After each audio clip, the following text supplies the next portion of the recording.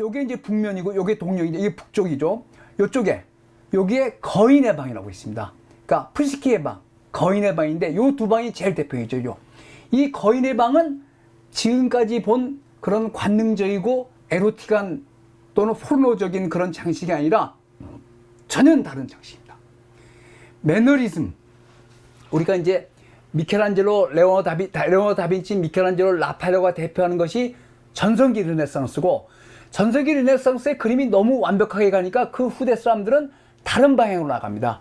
그거를 매너리즘이라고 부르는데, 그런 매너리즘을 최고로 유명한, 그러니까 매너리즘을 대표하는 프레스코가 바로 여기 있습니다. 이 매너리즘을 대표하는 프레스코가 이 거인의 방에 있습니다. 파라초테. 그걸 한번 보시겠습니다. 이 방은 아까 보니 푸시키의 방보다 조금 작습니다. 여기 아마 10m 내지 11m고 여기 아마 9m 내지 10m일 겁니다. 여기 있는데 정사각형입니다. 근데 어떻게 생겼냐? 정신이 없습니다. 천장이 이렇게 생겼습니다. 아까 그 푸시키의 방의 천장 보셨죠? 극단적인 단축 볼수인데 그 정도가 아닙니다.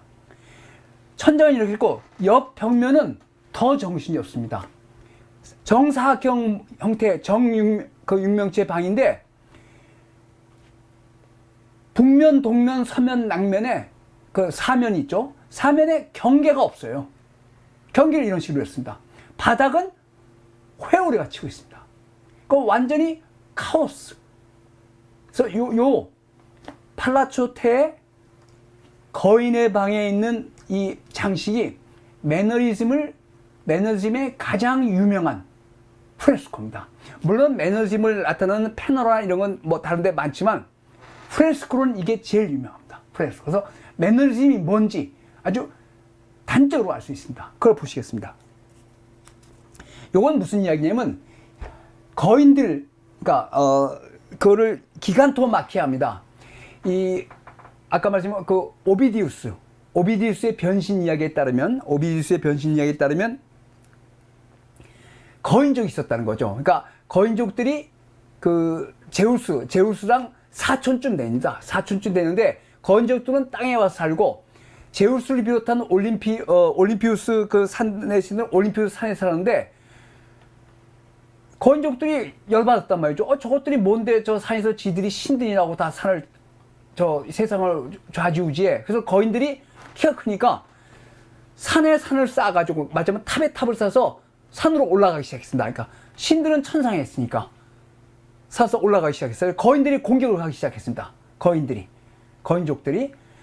그러니까 이제 신들이 맨 처음에 당황하다가 제우스가 나중에 여기 보시면 나중에 이제 벼락을 치게 만들어서 거인들이 쌓아온 그 맞으면 그 성 사다리를 그 천상의 세계로 올라오는 그 벽을, 그러니까 탑을 벼락으로 완전히 무너뜨립니다. 그래서 거인족들을 몰살을 시켜버립니다. 근데 나중에 그 거인족들의 피해서 인간이 나왔다는 게 그게 오비디우스의 신화 이야기입니다. 오비디우스의 변신 이야기에 오비디우스의 변신이니까 로마에서 나온 그 신화와 관련 소설 중에서 제일 중요하죠. 히랍에서 그리스에서는 호메루스의 그 뭡니까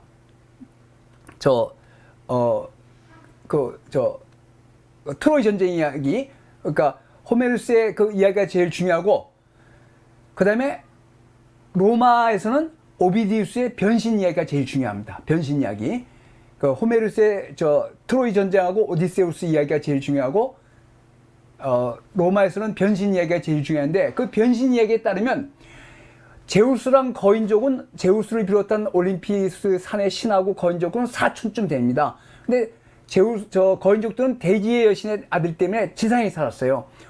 신들은 올림피스의 하늘에 살았죠. 천상에. 그러다가 거인족들이 자기들이 주도권을 차지하려고 탑을 쌓아서 신들을 공격하기 시작합니다. 그래서 전쟁이 일어나요.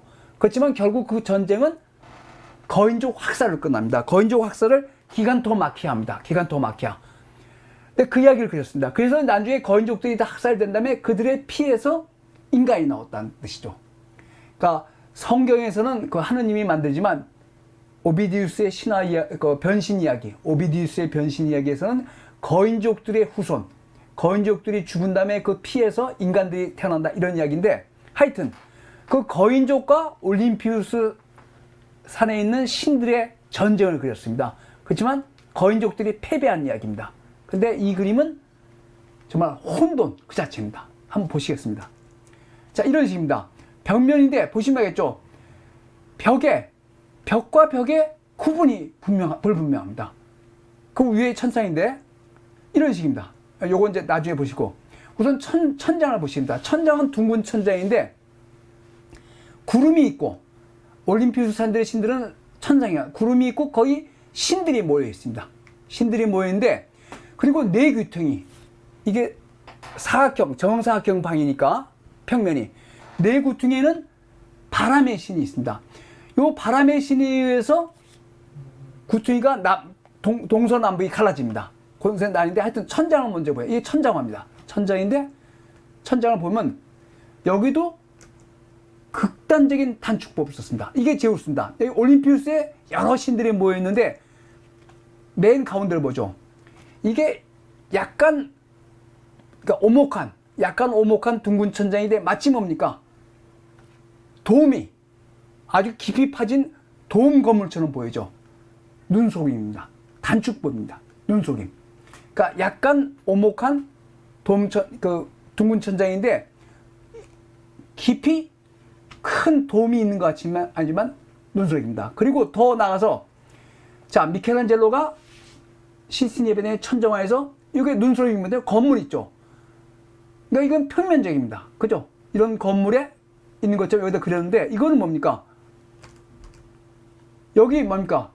건물이 있는 정도가 아니라 건물에 돔이 있어가지고 기둥이 있어서 거기에 사람들이 서 있습니다. 그러니까 극단적으로 단축법을 쓴 거죠. 얼마나 발전했는지 1508년에서 1512년, 이거는 1535년 정도입니다. 한 20년, 30년 흘렀는데 천장 그림이 이렇게 바뀌었습니다.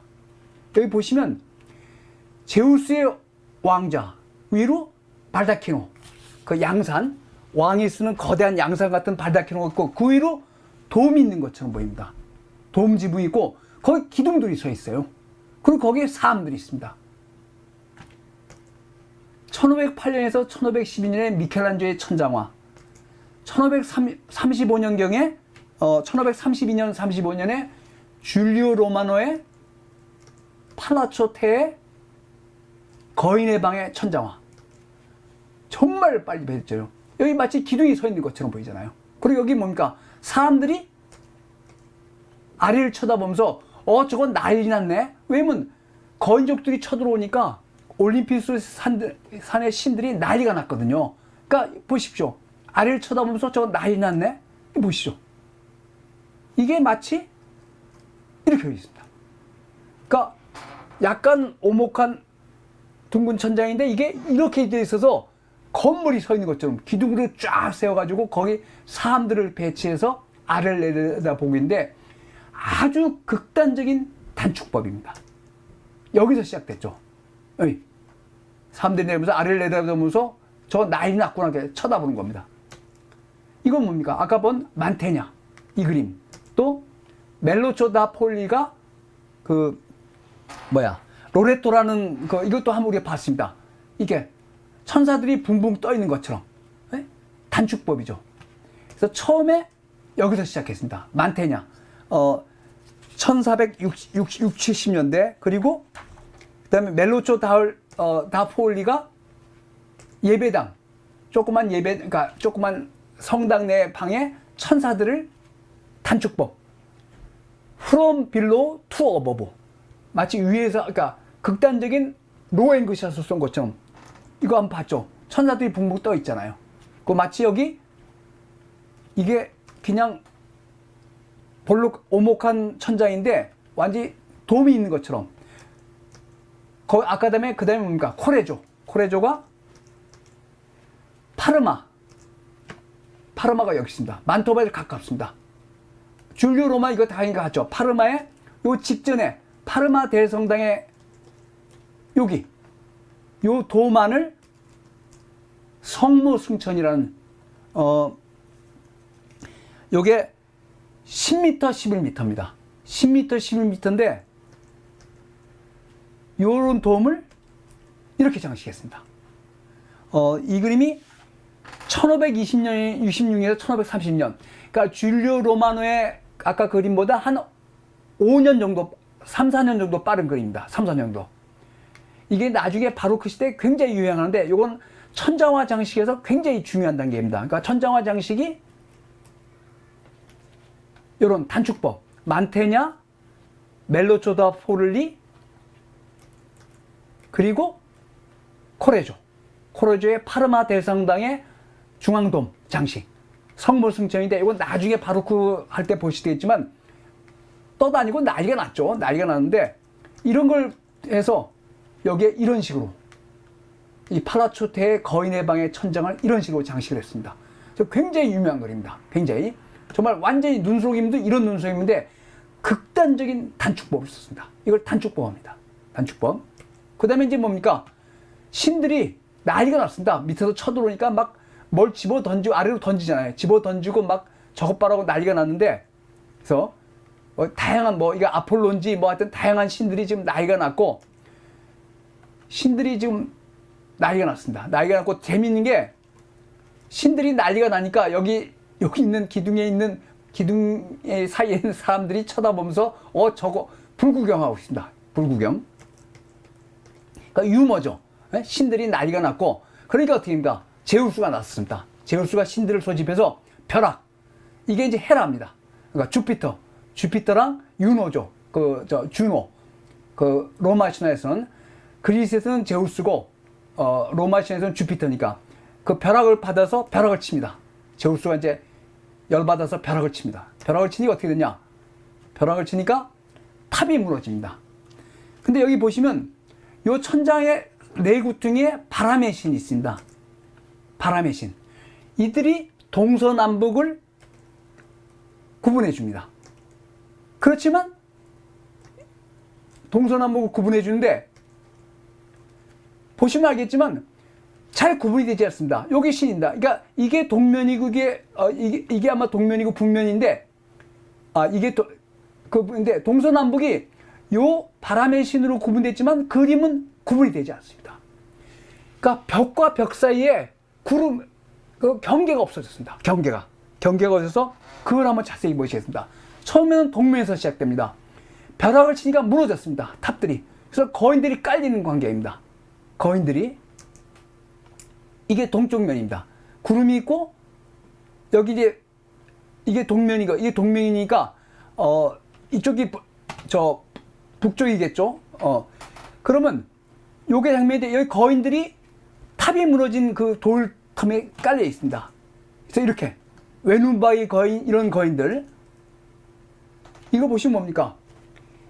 이런 거인의 모습은 미켈란젤로이죠. 강력한 근육. 그렇지만 뭡니까? 미켈란젤로의 그 영웅적 누드는 아름답고 아주 장엄한데, 이거는 뭡니까? 굉장히 미켈란젤로적이지만 추의 미학. 그러니까 미의 미학이 아니라, 아름다움의 미학이 아니라 추의 미학이죠. 그러니까 일종의 패러디입니다. 이 줄리오 로마노가 라팔로한테도 그림을 배웠지만 근본적으로 미켈란젤로의 그 인물들의 강력한 힘, 그런 것도 배웠지만 여기서는 그거를 패러디하고 있습니다. 매너리즘의 특징이 그런 거거든요. 이 거인을 보시면 돼요. 이 거인은 분명히 보면 얼핏 보면 미켈란젤로적이지만 미켈란젤로의 그 아담이라는 것은 잘생기고, 그렇죠. 이거는 추의 미학이죠. 추의 미학. 그래서 이렇게 이 미켈란젤로적인 근육을 자랑하는 거인들이 파묻혀 있습니다. 파묻혀 있고 거기 이제 신들이 막 공격을 하는 거죠. 그래서 거인들의 몸뚱아리는 완전히 미켈란젤로 인물보다 훨씬 더 강력한 남성들인데 그들이 그거를 약간은 희극적으로 보여주고 있습니다. 희극적으로. 그리고 그 옆벽입니다. 동이니까 이게 이게 남입니다. 남쪽 면. 남쪽도 마찬가지입니다. 동쪽은 이렇게 탑들이 무너져서 그 돌더미에 거인들이 묻힌 관계이고, 그다음에 이제 그 거인들을 희화한 원숭이들이 여기 있고, 이렇게 원숭이들까지 있죠. 그래서 원숭이들이 킥대고 이런 겁니다. 예? 이런 거인들을. 그 다음에 남쪽 면은 물. 제우스가 이제 주피터가 바다의 신까지, 넵튠까지 불어서 물을 다 대홍수를 만듭니다. 그래서 물에 휩쓸려가는, 돌더미랑 물에 휩쓸려가는 거인들의 모습이고, 이게 이제 이 바람의 신이 동서남북을 구분하지만, 보시면 동서남북이 잘 구분이 안 된단 말이죠. 벽과 벽 사이가. 벽과 벽 사이에 경계가 없어졌습니다. 어디가 천장인지, 어디가 동쪽인지, 어디가 서쪽인지. 그래서 거인들이 얼굴을 가리고, 이것도 굉장히 희극적이죠. 이 손 근육 보십시오. 그리고 서로 막 난리치고, 깔리고 난리치고, 이런 장면들입니다. 이렇게. 또 무너진 걸 막고 있고, 이런 거인, 이건 미켈란젤로 적이죠. 그래서 여기 보시면 알겠지만, 이 벽과 이 벽, 동남, 그 다음에 이게 서입니다. 남쪽과 서쪽의 구분이 여기 바람의 신이 있지만 불분명하죠. 정신이 없습니다. 어디가 어디고 동쪽이 남쪽, 이게 남쪽이고 서쪽인데 남쪽 서쪽에 구분이 없습니다. 그림이 거의 연결된 것 같습니다. 원래는 사각형 방인데 그게 없고 천장까지 연결돼서 이렇게. 이게 남쪽, 이게 서쪽입니다. 남쪽, 서쪽. 근데 여기 바람의 신이 있지만 이게 경계를 가리키지만 경계가 없죠. 그 위에는 또 뭔가 구름까지 있어서 하늘과 땅, 동서남북이 혼돈의 상태입니다. 그러니까 대혼돈이죠. 카오스. 그다음에 이제 그 사람들이 물에 들어가고, 거인들이 이걸 받치고 있고, 여기 돌에 깔려 있고, 잠겨 있고, 난리가 났습니다. 네? 그래서 이런 미켈란젤로의 이뉴디는 아름답잖아요. 네? 이런 아름답죠. 네? 아름다운 나신들인데 여기는 엄청난 근육질 사람들이지만 아름답기보다는 추하고 패러디입니다. 패러디. 이런 이뉴디들의 패러디라고 볼 수 있죠. 이 엄청난 근육질의 거인들이 깔리고 돌더미에 묻히고 난리를 치고 있습니다. 이렇게. 그 막 물속으로 도망가고, 하늘은 무너지고. 그 다음에 이제 마지막. 여기 이렇게. 그 다음에 이제 마지막이, 북쪽입니다. 이렇게. 이 거인들의 돌더미에 깔린 굉장히 패러디죠. 희극적이죠. 희극적. 여기가 서쪽이고, 여기가 북쪽입니다. 마지막 북쪽이 제일 악권입니다. 북쪽은 뭐냐면, 아까는 돌더미들이 무너진 건데, 이거는 건물이 무너지는 겁니다. 이게 서쪽, 이게 북쪽입니다. 근데 서쪽과 북쪽도 경계도 불분명하죠. 서쪽, 북쪽에 위에 바람의 신이 있지만, 경계가 불분명합니다. 이어져 있죠. 근데 여기는 돌들이, 쌓아 올린 탑의 돌들이 무너진 건데, 이거는 뭡니까? 건물이 무너지는 겁니다. 집안에서. 이쪽이 서쪽이 북쪽입니다. 하늘, 구름으로 연결된 하늘. 경계가 불분명하죠. 그래서 북쪽을 보십니다. 북쪽은 집안입니다. 건물 아닌데 건물이 무너졌어요. 건물이니까 난리가 났습니다. 네?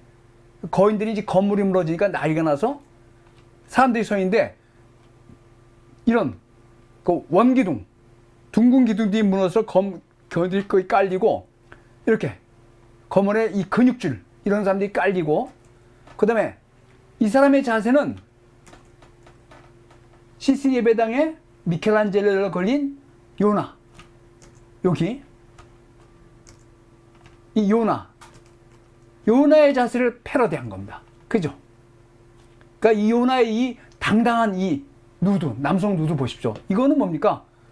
같이 엄청난 근육질이지만 추하고 아름다운 이 누디가 아니라 정말 추하고 희화화됐죠.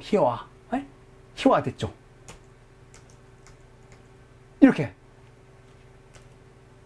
그러니까 요나의 자세랑 비슷한데 그걸 패러디한 거라고 볼 수 있습니다. 패러디. 이렇게 막 기둥들이 무너지고. 그래서 기둥들이 무너져서 난리가 났는데, 이게 재미있는 게 기둥들이 무너져서 지금 거인들이 막 정말 난리가 났습니다. 지진이 났으니까. 그래서 이렇게 온갖 인상들을 쓰면서 이 피해가 도망가는데, 요 장면이 바로 이렇게 이제 기둥이 무너진 겁니다. 기둥이 무너지고 깔리고 난리가 나는데 여기 조금 더 가면은 이런 기둥들이 실제로 있습니다. 팔라초테 입구, 동쪽 입구가 이렇게 생겼어요. 그래서 거기를 지나면 이게 보입니다. 그러니까 이 건물, 이 방 안에서 이걸 구경하는 사람들은 아까 우리가 여기로 들어왔는데 이런 기둥들이 이 거인의 방의 저 북쪽 면에서는 기둥들이 이렇게 무너지고 있습니다. 기둥들이 무너지고 이게 북쪽이 동쪽이죠. 북과 동의 경계가 바람의 신이 있지만 어디가 어딘지 잘 구분이 안 되죠. 그러니까 천장은 물론이고 내벽도 혼동의 연속입니다. 그림 내용도 그렇지만 이렇게. 그 다음에 바닥도 이런 바닥을 깔았습니다. 회오리 치는 바닥을 끊었어요. 이건 16세기에는 나중에 18세기에 다시 고친 거지만 하여튼 바닥을 이런 식으로 했습니다. 혼돈, 대혼돈이죠. 천정은 이런 식으로 난리가 난 천상의 세계입니다. 거인들이 쳐들어오니까 구름 위에서 신들이 난리가 났고 그 위에서 인간들이 가짜 건물에서 그걸 구경하고 있고 내 벽은 그 제우스가 친 벼락에 따라서 돌더미들이 거대한 돌더미를 물어서 그 안에 그 깔린 거인들 그리고 건물 안에서 기둥이 무너진 거인들. 그러니까 패러디 동시에 이걸 처음에 보면 굉장히 공포스럽지만 나중에 보면 희극적이란 말이죠. 그러니까 공포와 유머를 같이 갖고 있습니다. 공포와 유머를. 그래서 이 거인의 방의 내벽.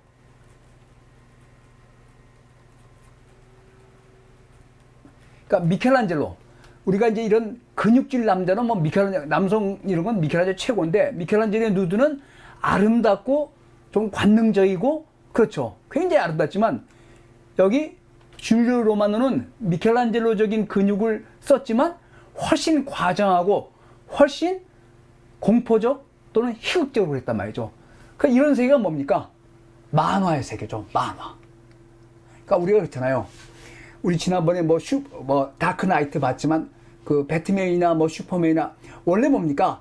만화가 나오다가 나중에 영화가 따라가는데 그런 상상력 면에서는 만화가 최고죠. 이 거인의 방은 거인족 이야기에 만화를 그려놓은 겁니다. 만화를. 보시면 거의 만화적이죠. 그러니까 이 상상력을 펼치는데 글이 최고고 글은 상상력에 제한이 없으니까 뭐 베라빌 이야기도 할 수 있다. 그 다음에 아마 만화일 텐데 거의 만화적인 상상력을 발휘하고 있습니다. 그러니까 미켈란젤로의 천지창조는 전혀 다르죠. 네? 이런 정말 만화의 세계입니다. 만화의 세계를 그려놓고 있어요. 그러니까 그 상상력이 대단한 거죠. 이게 이 미켈란젤로의 이 천장화, 이 질서정연하죠. 엄청나게 누드들이 많고 복잡한 거지만 질서정연한 세계인데 줄리오 로마노의 벽화는 천장부터 완전히 만화적인 세계입니다. 만화적인. 그러니까 그림이 여기까지 간 거죠. 미켈란젤로의 천장화에 시작해서 1532년 35에는 팔라초테, 만토바에 있는 거인의 방의 이 벽화는 만화의 세계입니다. 상상력이 뭐 그냥 마음대로 발휘되는데 그 만화의 세계에서 노리는 건 뭐냐? 유머. 그러니까 공포를 이게 이제 밤에 여기가 조명 올 때는 밤을 다 맨 처음에는 불을 다 끄고 본대요. 불을 다 끄고 불이 들어왔을 때는 거대한 거구들이 막 이 비명을 지르고 있으니까 이 막 건물이 무너지고 돌이 무너지고 막 난리를 치고 있으니까 공포스러운데 자세히 보면 굉장히 희극적이고 어떤 그 못생긴 거인들, 추의 미학 그런 면에서 또 다른 경지를 보여주는 거죠. 그래서 만화의 세계를 그린 게 팔라초테의 거인의 방입니다. 완전히 만화의 세계죠. 보시면 우리가 지금 만화 보는 것처럼 비슷하거든요. 근데 철저히 그 인물들이 미켈란젤로의 인물에 근거하고 있습니다. 그걸 훨씬 과장해서 희극적으로 과장해서 보여주고 있죠. 이렇게 희극적으로. 그러니까 아름답고 위험 있는 누드가 아니라 추하고 희극적인 이런 누드들을 보여주는데 그 세가 만화의 세계입니다. 여기 이 기둥 부러진 거, 예? 이런 거 보십시오. 그래서 상상력이 어디까지 갈 수 있나? 상상력의 나래가 어디까지 갈 수 있느냐를 보여주는 거. 벽과 벽의, 그러니까 동면과 서면, 이런 구분이 요 바람의 신이 있지만 명확하지 않고, 보시면 천장과 지상도 명확하지 않고, 또나 바닥을 아주 회오리처럼 만들었단 말이죠. 여기 가보신 분이 없을 텐데 정말 대단한 공간입니다. 그러니까 이 매너리즘 그림, 그러니까 그 미켈란젤로나 라팔로가 처음에 보여줬던 어떤 균형, 조화, 비례, 어떤 그 긴장이 있거든요. 묘한 긴장인데 여긴 그런 게 깨졌죠. 그 빌라 파르네시나의 그 누드들도 어느 정도 절제가 돼 있는데 팔라초 테에 와서는 푸시케 방에서는 그런 절제가 깨졌습니다. 완전 남녀성 나체, 그리고 거의 뭐 포르노 이런 그림들로 차 있고, 또 하나는 뭡니까? 완전히 만화적인 상상력을 그리는데, 이게 사실 오비디우스의 변신 이야기에 나오는 거인족 이야기거든요. 거인 짧게 나옵니다. 근데 그거를 이렇게 만화라는 게 그렇잖아요. 야, 저거 만화다. 저 만화적인 상상력을 그려서.